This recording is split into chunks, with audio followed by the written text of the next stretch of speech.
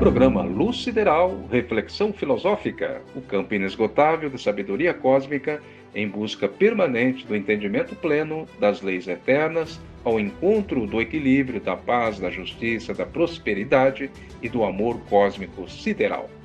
Edição de número 111, o tema Volitação do Espírito. Bom, então de volta com o nosso indispensável Luz Sideral, o pão nosso da filosofia, e já solicitando aí o seu like para incentivar aí o nosso canal, e caso não seja inscrito, clica também no inscrever-se. Pronto, Deus é mais e nada nos faltará. Vamos acreditar sempre neste poder cósmico que nos sustenta na Terra e no universo infinito. Também no céu invisível do globo terrestre, este que é o terceiro da cadeia solar, né, entre os 9 ou 8, né, porque Plutão foi rebaixado aí, mas aqui nós não o rebaixamos não, hein? Por isso continua 9 planetas no sistema solar. Mas segundo o grande brasileiro, profeta, o exímio pregador bíblico Alziro Zarur, que viveu entre nós de 1914 a 1979, afirmava que no sistema solar existem 12 planetas e não apenas 9. Ele fazia esta analogia com os 12 apóstolos do Cristo. Muito interessante, não é mesmo? Bom, deixamos em aberto aí o comentário, a indagação dos nossos ouvintes e telespectadores que queiram explorar o assunto. Mas, ainda antes de entrar diretamente ao tema de hoje, volitação do espírito, eu quero trazer aqui a palavra da ouvinte Clarice Pessoa, do Rio de Janeiro, capital, que também escreve em seu blog na internet belas reflexões sobre a vida, do corpo e da alma. Na descrição se encontra aí o link do seu blog para quem se interessar. Bom, vamos ouvir então a mensagem da prezada amiga Clarice Pessoa. Dedico estas reflexões aos queridos irmãos do programa Luz Sideral. Cada um de nós, seres humanos, guarda o potencial interior para ser um bom semeador do bem, da luz e verdade que já alcançou, da justiça, paz, harmonia e amor entre aqueles com quem convive. Como nos ensinou Jesus Cristo, os resultados da semeadura são incertos. Entretanto, mesmo que em muitas vezes as aves venham comer as sementes, em algumas ocasiões elas caiam em solo pedregoso e em outras os espinhos as sufoquem. Ainda assim, a alegria do semeador está em semear com esperança e amor, pois sempre haverá aquelas sementes que cairão em bom terreno, dando frutos em até 100 para 1. Parábola do semeador, Mateus 18, 1-9. Obrigado, Senhor, por sermos teus filhos, plantando e colhendo os frutos de nossa perseverança e amor como bons semeadores. Com carinho, Clarice Pessoa. Verdade, temos sempre que semear a boa semente do amor, né, da paz, da iluminação espiritual. Obrigado, minha prezada amiga escritora Clarice Pessoa, que nos honra sempre aí com a sua audiência, direto da capital carioca. Grato pelas suas inspiradas e confortadoras palavras. Muita luz sideral para você e sua família. Bem, então, como o espírito, a alma, se locomove nos mundos siderais?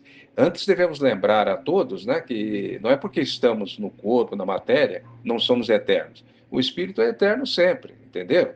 Tanto faz na Terra como no céu, em qualquer lugar que seja esse céu, né, no plano espiritual ou invisível, nos cosmos infinitos, somos sempre eternos.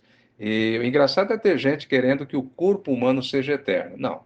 Nem a terra física é eterna. Disse o Cristo: passará a terra, passará o céu, mas as minhas palavras não passarão. Porque são ensinos, né, para o espírito que é eterno. Aliás, obra máxima de Deus no universo. Eu adorava ouvir o irmão Zarur falar a frase: corpo humano é obra máxima de Deus na Terra. O espírito do ser humano é obra máxima de Deus no universo. Provavelmente inspirado em Pitágoras, né, filósofo que viveu há quase 600 anos antes da vinda de Jesus ao planeta, né, que já naquela época defendia esta tese. E só para enfatizar, Jesus, o Cristo planetário, retorna novamente, né, conforme prometeu. Leia o meu livro O Retorno, disponível na plataforma Amazon. Então, em poucas palavras, eu quero dizer o seguinte: o Espírito sopra onde quer. É uma frase bíblica, né? Está lá no Evangelho, segundo João, capítulo 3, para quem quiser conferir. E, sendo assim, o Espírito navega sob a égide do próprio pensamento. Disse também o divino filósofo: pois onde estiver o seu tesouro, aí também estará o seu coração. Mateus 6:21. E neste caso, qual seria o nosso tesouro maior? O próprio Espírito Eterno, obra máxima de Deus no universo, não é mesmo? E onde desejar ir, ele vai, guiado pelo pensamento. E qual a dificuldade do pensamento em se deslocar no universo sideral cósmico, pelos mundos visíveis e invisíveis? Nenhuma, né? Nenhuma dificuldade. E cá entre nós, existem momentos, né, em nossas vidas que nos concentramos tanto em determinada imagem, local ou região que estivemos no passado, que instantaneamente nos vemos naquele local, não é mesmo? Já aconteceu isso com você, prezado ouvinte? Comigo já aconteceu e acontece frequentemente. E quantas vezes, né, alguém que observa de fora, né, vê você concentrado ali, absorto, né, naquele momento, e imediatamente fala: ei, você está viajando, hein? Ou seja, naquele exato momento é que o espírito se deslocou para aquele local do passado.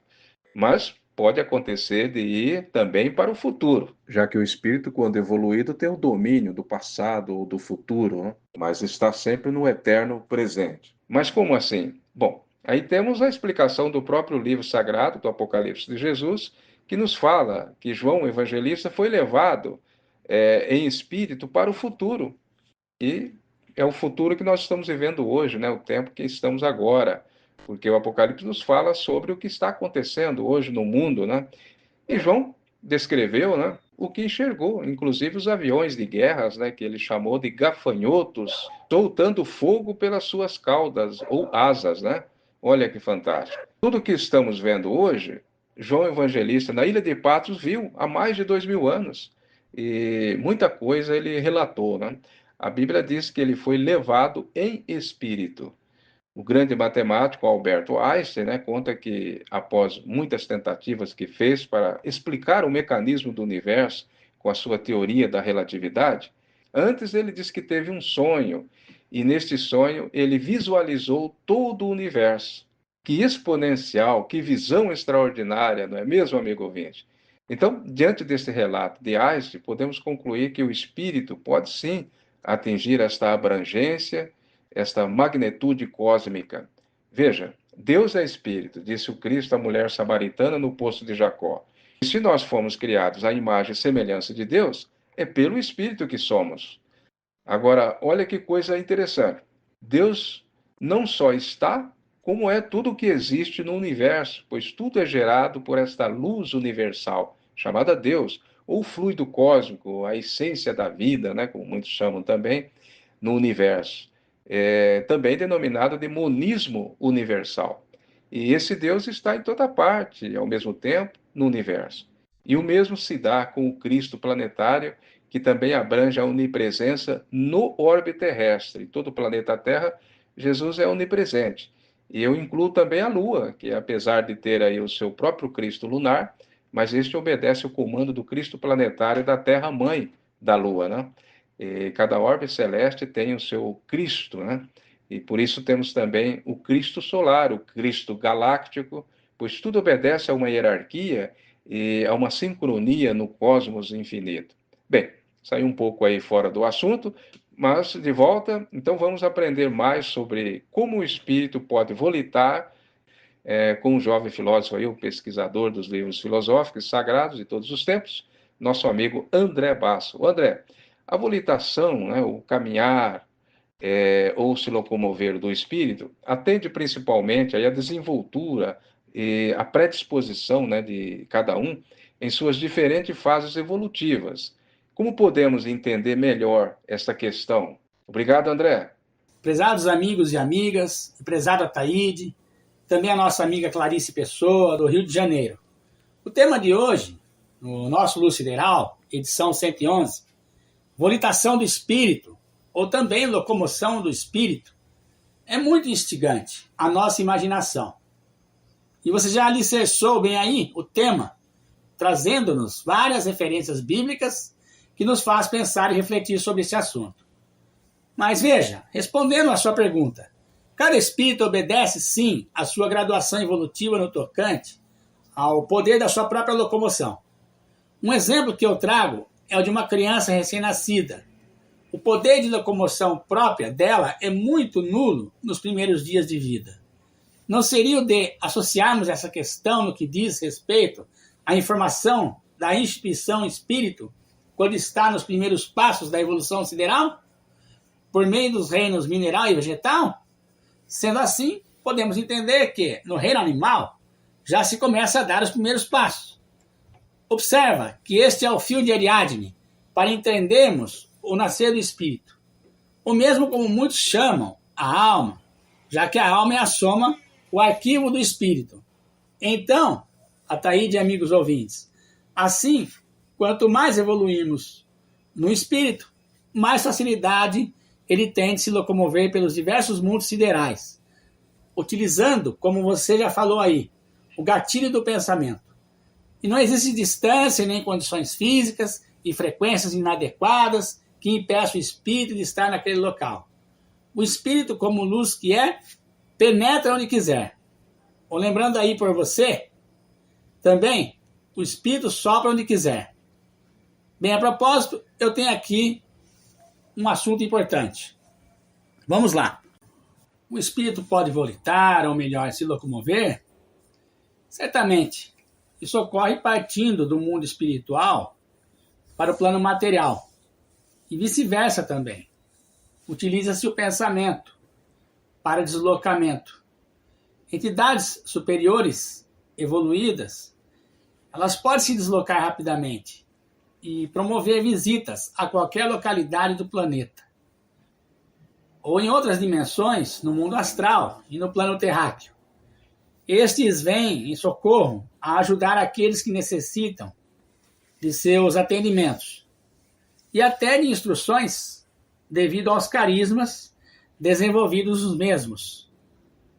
Há espíritos que não têm tais habilidades atribuídas ainda, mas poderão aprender a desenvolver com o tempo.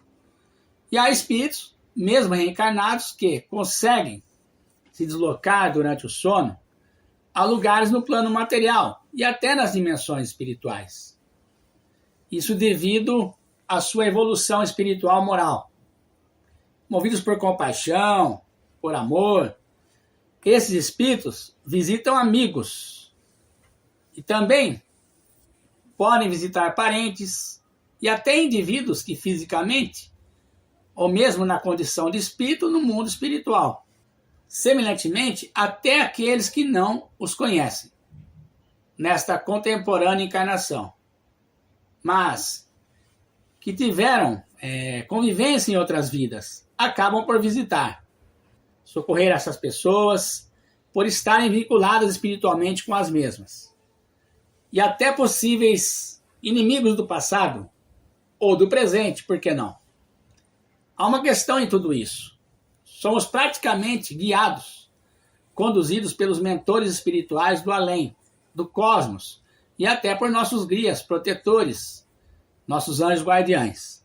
Geralmente, quando nós estamos bem na frequência vibracional, leves, tranquilos, com o espírito em paz, fica mais fácil sermos levados por nossos guias às localidades. Os mais evoluídos vão sozinhos. Tem esse poder outorgado por conquista. Mas o oposto ocorre também, de forma negativa, pois as forças do mal também se utilizam desses mecanismos para conquistar seus interesses macabros e mesquinhos. Sequestram suas vítimas a plano astral densos, fazem lavagem cerebral nas mesmas, arquitetam tramas, sabotagens, para que ao acordarem após o sono, se desenrolem os planos das trevas. Daí se explica tantos crimes na Terra e no astral da Terra. Isso devido à falta de vigilância comportamental e mental dos indivíduos, de baixa frequência vibratória, criaturas viciadas na inércia das coisas elevadas, indivíduos que não se preocupam com questões de evolução moral e espiritual. Mas nem sempre é uma regra, pois há indivíduos que são analfabetos, sem cultura intelectual e espiritual, na forma teórica, mas que já possuem essa vivência das práticas do bem em suas vidas diárias. Esses possuem uma ética retilínea, plasmada em seus espíritos. São pacíficos, voltados aos trabalhos de forma honesta, e mesmo os trabalhos mais pesados, ou de menos expressão, aqueles que vivem na roça ou em lugares mais remotos da terra. Trabalho braçal, são entidades que estão lá de forma sorrateira, camuflada. É uma espécie de reencarnação de refrega, mas que só por estarem ali já estão atuando em alta voltagem espiritual. O que prevalece, meus amigos, é a bondade e a simplicidade das pessoas, o espírito de espontaneidade para a prática do bem. Existe o fenômeno da bilocação também, onde o indivíduo pode atuar em 2 lugares ao mesmo tempo. Isso pode ocorrer quando estamos cochilando ou de forma consciente meditando em transe. Pode-se visitar qualquer local a prestar serviços de qualquer espécie. Somos assistidos diariamente por entidades espirituais, sob vários aspectos. Médicos, enfermeiros, corpo jurídico e espiritual, professores, artistas, músicos, cientistas, e em todos os setores de relacionamento sadio para a evolução dos seres. Mas existe a assistência do mal também, a prejudicar indivíduos ou a massa coletiva. Tudo isso por interesses mesquinhos, egoístas e até por vingança, certamente. A volitação ou a locomoção e a bilocação de espíritos são consideradas naturais ferramentas que os espíritos possuem e possam se utilizar para o progresso e bem-estar das criaturas. Mas sabemos que através da telepatia, com pensamento centralizado, pode-se ajudar indivíduos a distâncias incalculáveis.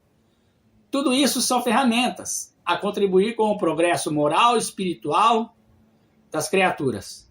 Bem, vamos ficar por aqui. Para isso, é necessário cuidar de nossos 5 sentidos, através de bons pensamentos, boas palavras, bons sentimentos, principalmente boa leitura, cuidado com o que assistimos na TV, sites, filmes de terror, violência, más conversações, fofocas, maledicência, enfim, tudo que nos possa transportar para sermos arrastados pelas hordas malignas nas regiões das sombras. Por certa experiência, eu vos digo que não devemos nos preocupar em querer realizar esses voos noturnos ou diários. Se estivermos bem, isso ocorrerá naturalmente sob coordenação cósmica. Nada de teorias maquinadas, e sim de estar bem consigo mesmo, para que a vida possa fruir sob vários aspectos da fenomenologia conhecida e até desconhecida. Aliás, existe também a mediunidade de transporte, que é um fenômeno mediúnico, onde o indivíduo, com o auxílio de espíritos, é capaz de se desmaterializar em um local e se materializar em outro, ou de transportar objetos, etc. Bem, esse é um outro assunto, a tratar com mais amplitude. Para isso, existe vasta literatura para esclarecer sobre. Um abraço a todos, do Luz Sideral. Grato, André Basso. É um assunto muito complexo, né, e que não se esgota nunca, né, porque muito temos que aprender sobre o poder desta entidade chamada Espírito, que movimenta o universo e que somos todos nós. Nós, nos diferentes graus evolutivos do progresso infinito. Mas que fantástico para aqueles que já atingiram um poder de volitação em que pode regular a sua velocidade de 0 a milhões de quilômetros por segundo, ou até mesmo a instantaneidade. Já pensou estar lá num piscar de olhos? Aliás, após o retorno do Cristo, em breve, muito breve, né?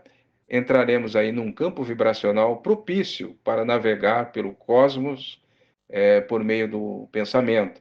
Será uma prática comum ao homem do terceiro milênio, sendo o pensamento a maior rede de comunicação do universo. Bem, esperamos ter aí colaborado e aguçado, pelo menos, né, a reflexão sobre o tema volitação do espírito. Agradeço mais uma vez a você, ouvinte. Não esqueça aí de nos ajudar com seu like, comentário e inscrição. Um grande abraço, muita luz sideral e até o próximo programa.